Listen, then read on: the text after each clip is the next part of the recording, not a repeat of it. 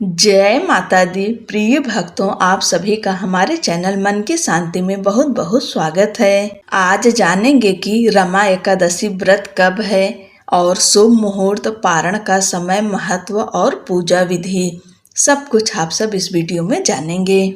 रमा एकादशी का व्रत कार्तिक मास के कृष्ण पक्ष की एकादशी तिथि को रखा जाता है। यह एकादशी दिवाली से पहले पड़ती है और इसे माता लक्ष्मी का ही स्वरूप माना जाता है, इसलिए इसे रमा एकादशी कहते हैं। रमा एकादशी पर भगवान विष्णु के साथ माता लक्ष्मी की पूजा करने से धन, धान्य, सुख, समृद्धि और वैभव की प्राप्ति होती है।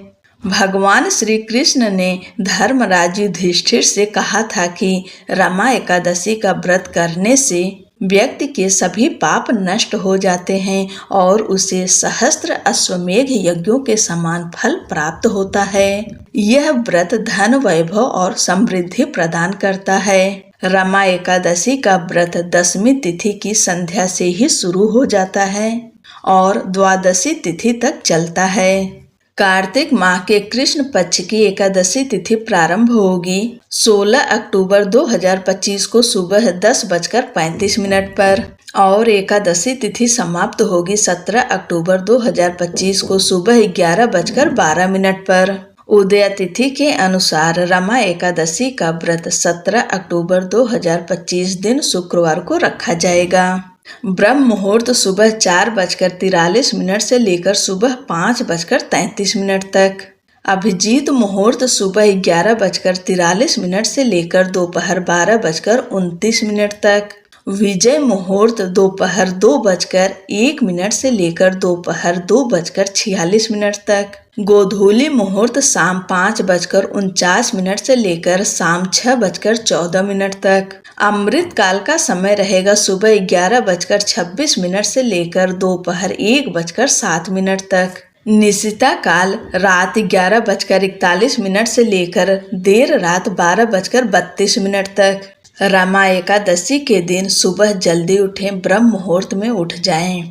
रमा एकादशी का व्रत 17 अक्टूबर को रखा जाएगा और एकादशी का नियम दशमी तिथि से ही शुरू हो जाता है, इसलिए 16 अक्टूबर को ही सात्विक भोजन लेना चाहिए। सूर्यास्त के बाद भोजन नहीं करना चाहिए। उसके बाद में एकादशी के दिन सुबह जल्दी उठें, ब्रह्म मुहूर्त में उठ जाएं। हो सके तो नहाने के पानी में गंगा जल मिलाकर स्नान करें।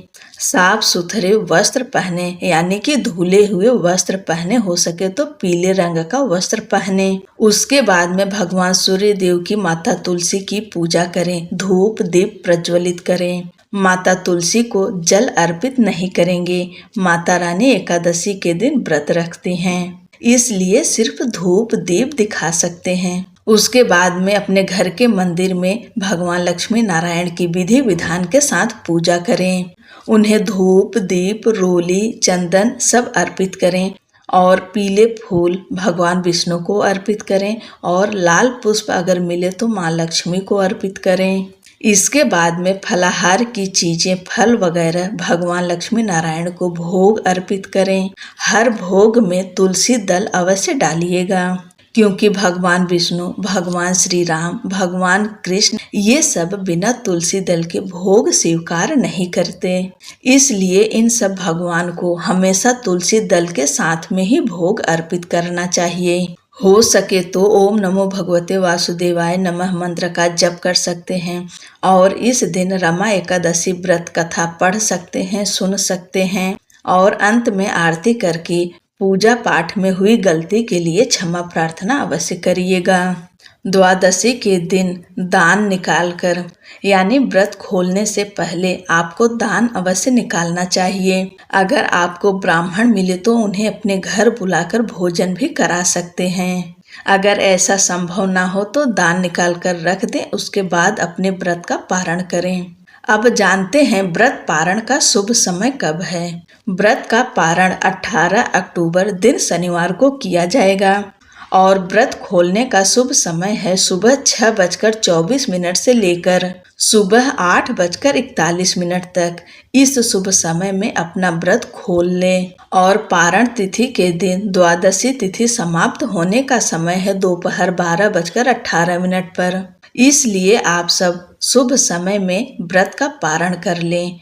आशा करती हूँ कि जानकारी आप सबको अच्छी लगी होगी। अगर जानकारी पसंद आई हो तो चैनल को लाइक शेयर करें, सब्सक्राइब करना ना भूलें। हमें भी सपोर्ट करें। जय माता दी।